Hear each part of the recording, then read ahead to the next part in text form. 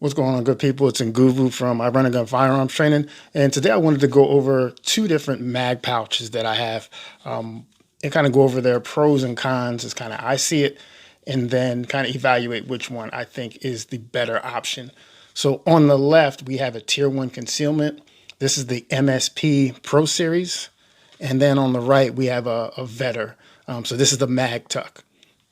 For concealment, I give them a tie. They both conceal well, but for different reasons. Both of them will allow me to conceal a 25 or 24 rather round Glock mags, OEM mag. If I wanted to, I don't use it. I use the 17 plus 6, so it's 23. So it's one round less, but it's a little bit shorter. But if I wanted to, I can conceal this or even the 33 round stick mag that you have for Glocks with no problem. I don't do it, but I could. It wouldn't be an issue for either. With the Tier 1 concealed, it conceals really well because of the angle. So you can see if I were to put this on a belt, just to give you a visual, you can see how far it's angled, right? The way it's canted, right? Which I like. Because that means I don't have to really break my wrist. It also means that I don't have to bring my cover garment up quite as high in order to get the magazine fully exposed. To give you an idea, here's a Glock 19 magazine. It would go vertically this way. So you can see how extreme that is, right? So because of the aggressive angle, this one really, really conceals well. With the Vedder, this one also, as you can see, has a pretty good angle, although I actually took, you can't see it because it's covered by the screw right here, but on the other side, I filed that out a little bit just so I could have a little more range of motion, and then it increased how much the mag was angled because it wasn't angled quite as much. You can see they're almost identical now. But what you're seeing with the Magtuck on the right here is it rides a lot lower. All right, so that helps you conceal that longer magazine because you can see where my belt is, there's less of the mag sticking up, right? But this one, it's hard to tell on this line, but this one is still angled a little bit more. And because of those few degrees, it makes the mag shorter because it's tilted more. So they both kind of accomplish the same thing, just two different ways. All right, so up next is speed. Which one is faster? Now, in my experience, the Tier 1 concealed was faster. In fact, when I went from the Magtuck to the Tier 1 concealed, my first dry fire practice, I was actually 1/10 of a second faster just because of the angle of the magazine and the fact that I didn't have to lift my cover garment quite as high. It actually shaved 1/10 off my, doesn't sound like a lot, but it's definitely a good amount once your reloads are decent anyway. But it shaved 1/10 off just because of the way the mag is set up and the fact that more of it's exposed, so I don't have to go as deep into my pants to get a really good grip on the magazine.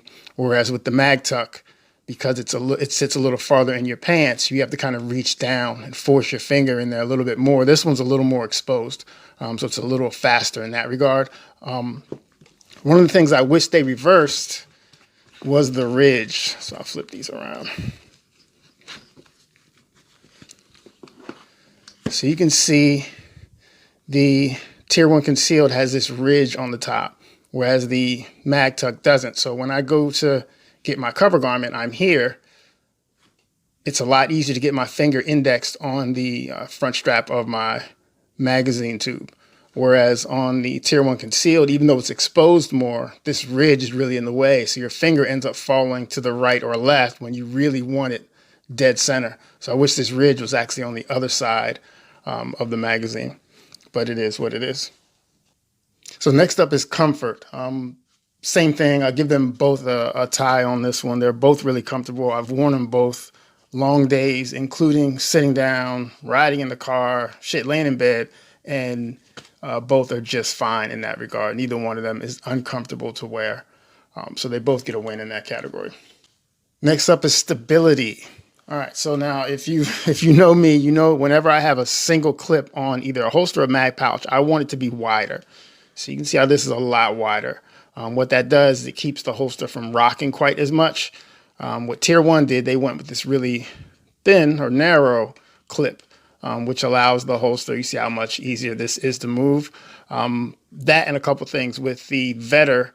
You can see there's only, you can see that little bit of movement. So this is a 1.5 inch belt. So it doesn't fit exactly snug. There's a little movement, but once that's up against your body, it doesn't move at all.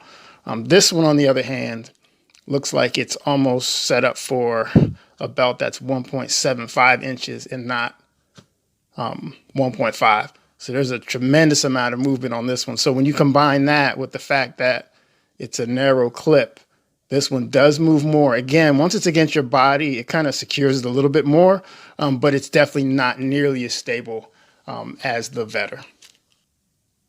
All right, so a continuation of the clips. So I love tuckable clips. This gives me the option, if I want to tuck my shirt in, I can still wear my holster, or in this case, a mag pouch, and be able to tuck my shirt into my pants, and all you would see is just the clip itself. All right, so on the Tier 1, which is now on the right, it's not tuckable. There is a little bit of space, but you're not going to get much behind that. It's not really designed to be tuckable. The Vedder, however, is completely tuckable. So there's a lot of space in between the clip. I know the clip is over to the side more, but there's room between the clip and the body of the mag pouch, where if you're wearing a dress shirt or any kind of shirt that you want to tuck, it just be a t-shirt, you'd be able to tuck that in, still conceal your spare magazine with no problems. Adjustability. All right, so they went with 2 different methods. With the Vedder, what you do is you can loosen these 2 screws, and then you can move this clip over right, left. So if you wanted it perfectly vertical, you just put the clip in the middle. If for some reason you wanted your mags backwards, I don't know why you would, but maybe you could cant the mags in like that. I run mine that way. But it's, there aren't any necessarily in increments. However, if you want to move it 1 millimeter, 3 millimeters, you can, all the way over to the other side. With the Tier 1, what they decided to do was give you 3 notches. So there's a screw here that you can loosen up, and you can see these 2 nubs here. You can actually slide this over. So there's 3 different settings you can have it on. Perfectly vertical, a little bit of cant, or maximum cant the way I have it. So they kind of went 3 different methods. Now, if one of those settings is perfect for you, it's great. But if you want it adjusted kind of in between 2, then you're pretty much out of luck. So I definitely give that to the Vedder. However, the Vedder didn't allow me to tilt or cant the mag quite as much as I wanted to, which is why I had to take a file and kind of open this groove up a little bit wider. So I'm going to give them a tie just because of that, because this system is actually better, but they didn't give you enough adjustability, whereas this one is perfectly canted. It just doesn't give you much in the way of adjusting if you want anything in between those 3 settings. All right, so both of these are really, really good mag pouches. I've been running this one a little longer. I've had this one for, I don't know, maybe 2 or 3 years. This one I recently got, but I have run this in 3 or 4 USPSA competitions, and it hasn't failed me just under those conditions as well. So I really am having a hard time picking between the 2. I like some of the features of both, but what keeps bringing me back to the Tier 1 is just the speed because of the way it's set up. So that is hard to go away from, although now that I've dremeled this out or filed this out a little bit, they're closer than they were. So I'm really not sure which one I'm going to pick. I'm going to do some testing for the next week, and then I'm going to pick one. If you're curious what's on the back, I have a wedge on the back. So what that does is it's a Tier 1 wedge. You just stick that on there. What it does is, since it's sticking out, what it'll do is, instead of the mag being this way, it'll force it back into your body a little bit. All right, same thing as a wedge that you would put on your holster. It's the same thing, really. I just put it on the back of the mag pouch just to help with that. This one sits so high that using a wedge probably would be a bad idea because it's already sitting right at the top of your belt. Either way, if you have any questions about either one of these 2, you know what to do. Let me know. Don't forget to like and subscribe. Those of you in the Delaware area, My next dry fire class is September 26th from 10 a.m. until noon. The cost for the class is $50. We're going to be covering drawing from concealment, reloads, as well as drawing from a seated position, whether you're at a dinner table or simulating drawing while you're driving, or even the passenger in a car. So we're going to do some additional drills, part 2 of the class that we did last month. So if you have any questions, let me know.